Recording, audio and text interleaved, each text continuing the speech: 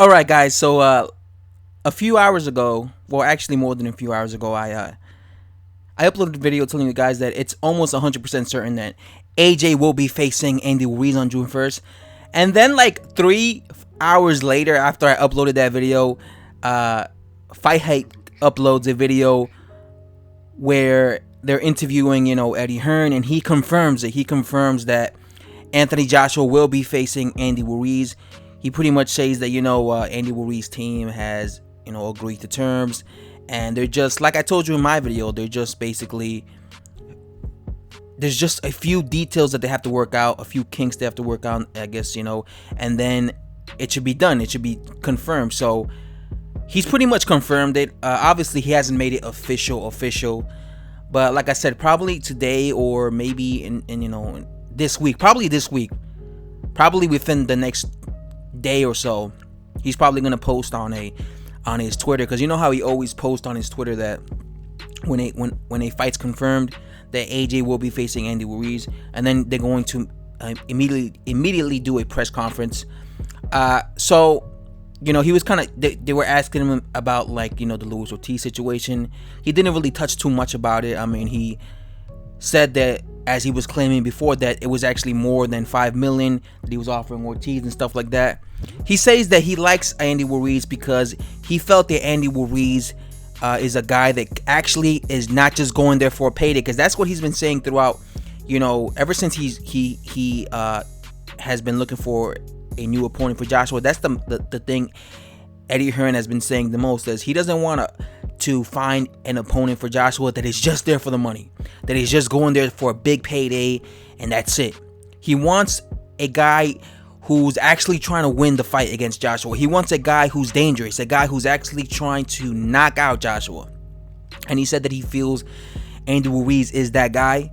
And he also talked about a little bit about the fact that Andy Ruiz is a Mexican fighter. So, that's another thing I touched on. I told you guys, I think it's good business, just because Andy Ruiz, the thing I'm telling you right now, I know Mexican boxing fans, even if they don't know who you are, they will literally pay pay-per-view if you're Mexican just to support you. When it comes to Andy Ruiz, is he a big star like that? No.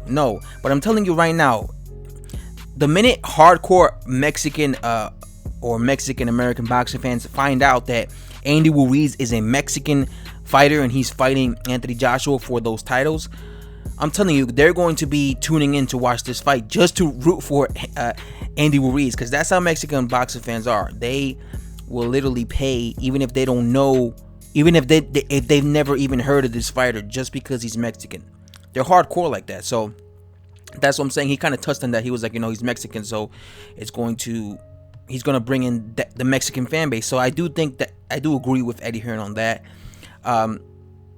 Like I said, he says that he actually said that he believed that Andy Ruiz is actually more dangerous than Joe Miller, and he mentioned the fact that he's a bigger puncher, and he is. I do think that Andy Ruiz is definitely a bigger puncher than Joe Miller. Joe Miller has never been a big puncher at heavyweight.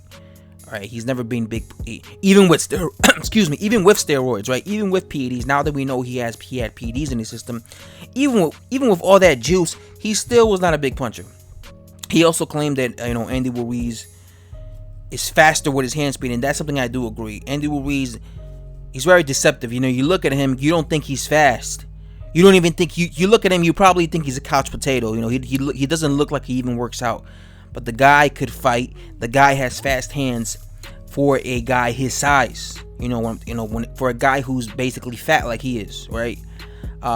This is a payday for Andy Ruiz as well. I don't know how much he's gonna pay. Obviously, that info has not been, publicized or anything, but it probably will eventually. I'm curious to know how much he's getting paid. Is it gonna be the same thing that they were gonna offer Luis Ortiz? I don't know, maybe $5 million, maybe less. Who knows? He also mentioned, they also touched on the fact that Andy Ruiz was a PBC fighter, and they were saying, oh, does this give hope that Anthony Joshua will eventually will be able to fight, Deontay Wilder in the future? Because Al Heyman was able to Al Heyman allowed, that's basically what he was trying to get to. Al Heyman allowed Andy Ruiz, who's a PBC fighter, to face Anthony Joshua. And Eddie Hearn said, listen, Eddie Hearn basically said that it's not that Al Heyman uh, is like doesn't allow his fighters to fight other guys from other networks. It's just that he believes that there's some fighters that they make it difficult. Like I guess I think that's what he was trying to say. Like they demand a certain amount of money, and then he'll be willing to do it. But somebody like Andy Ruiz, he's not a guy who could demand something like that. So he's happy to send him off, right? And that's something I do agree with. One thing I will say is this: when it comes to Al Heyman, he's a type of promoter that when it comes to like the best guys in the division, he tries to have it all in house. Okay, he tries to have it all in house for the best guys in the division.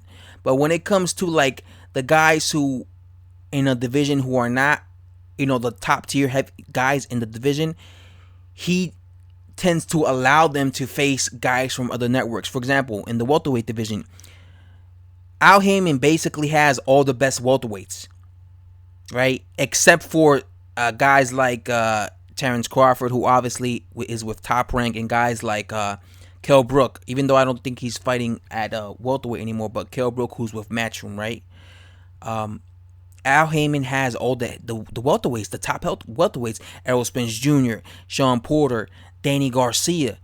All these guys are the top welterweights. Even Manny Pacquiao. I believe Manny Pacquiao is with PBC, right? Correct me if I'm wrong, guys. But then he also has, and if you notice, he has all those guys fighting each other. Oh, Keith Thurman. How could I forget Keith Thurman? So he if you notice, he has all those guys fighting each other, and he's keeping all those guys away from Terrence Crawford, from guys from other networks.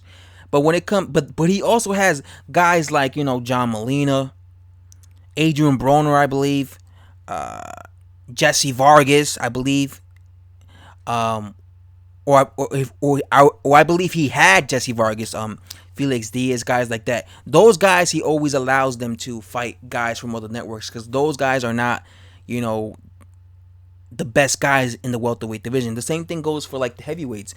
When it comes to the heavyweights, he has guys like Luis Ortiz, Deontay Wilder. Those guys are the best heavyweights when it comes to skill set, right? Supposedly, right? When it comes to skill set, right? So you notice how he doesn't allow them to fight guys like Anthony Joshua.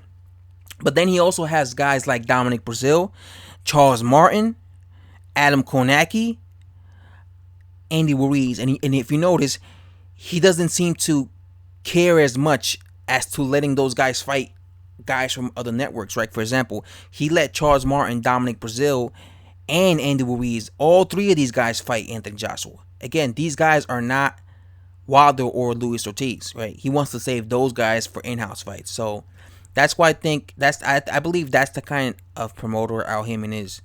He wants to try and get a certain amount of money for his basically elite guys at welterweight and elite guys at heavyweight, or he just wants to protect them and he doesn't want to risk them losing a fight, and that's why he keeps it in-house.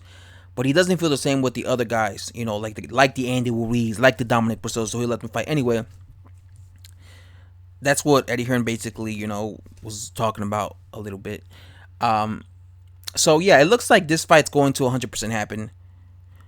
It's what, 30 days away. It's about to be May.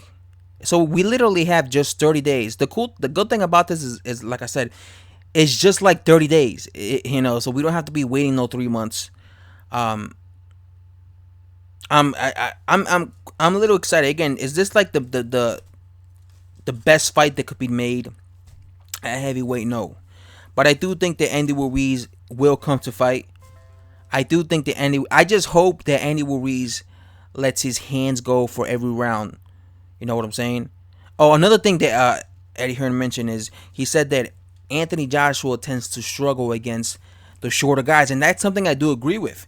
Anthony Joshua, for example, when it came to Carlos Takam and even Alexander Povetkin, it was kind of I wouldn't necessarily say he struggled against them because he did beat them or he was dominant, especially like Carlos Takam, but it was like he found them kind of tricky. You know what I'm saying? He found them kind of tricky to figure out, especially like Alexander Povetkin. I remember it was an even fight before he knocked him out. Before he knocked out Alexander Povetkin, it was kind of an even fight, and I thought Alexander Povetkin looked really good in there.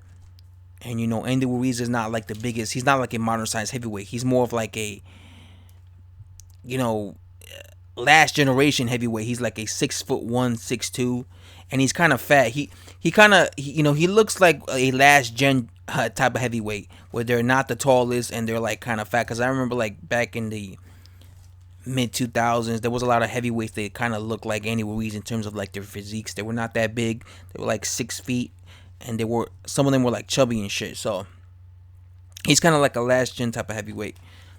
So I mean, let's see. I guess we're all are just gonna have to wait and see how that fight plays out. Obviously, he also said that this is a big opportunity because obviously, if Andy Ruiz were to beat Anthony Joshua, the PBC. I mean, think about this for a second. Andy Ruiz is with Al Haymon, PBC. If he were to beat Anthony Joshua, Al Haymon would have all the heavyweight belts. You'll have Deontay Wilder, who's the WBC champion, and then Andy Ruiz would have all the other belts from Joshua.